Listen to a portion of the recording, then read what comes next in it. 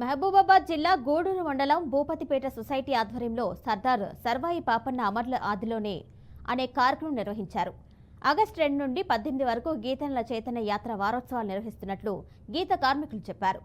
ఏ కుల వృత్తిలో లేని రిస్క్ గౌడ కుల వృత్తిలో ఉంది అన్నారు. తమపై ప్రభుత్వం చొరవ చూపాలని అభ్యర్థించారు.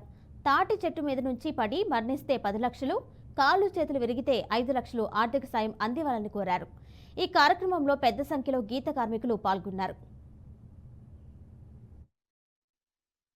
అంత పెద్ద స్థాయిలో ఒక వీరునిగా కీర్తి ప్రతిష్టలు గడించడానికి ముఖ్య కారణం సాధారణ బడుగు బలహీన వర్గాల్లో జన్మించినప్పటికీ వాళ్ళ తల్లిగారు సర్వమ్మ, తండ్రి ధర్మన్న. వారిది మన ఉమ్మడి వరంగల్ జిల్లాలోని స్థానిక స్టేషన్ గన్పూర్ దగ్గర ఉన్నటువంటి కిలాషపూర్ గ్రామంలో జన్మించడం జరిగింది.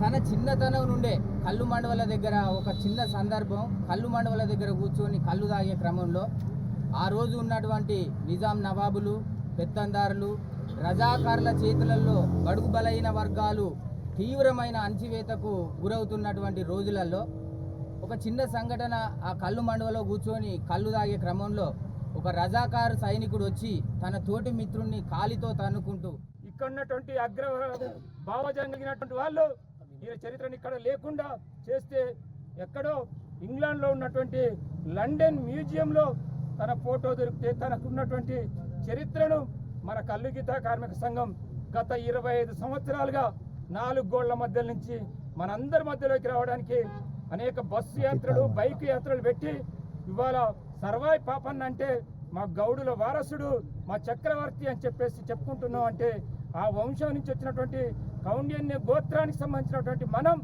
సగర్వంగా ఫీల్ అవుతా ఉన్నాం. కానీ మనం భవిష్యత్ తరాలకి ఈ చరిత్రను చెప్పాల్సిన అవసరం ఉంది. ఇక్కడ ఉన్నటువంటి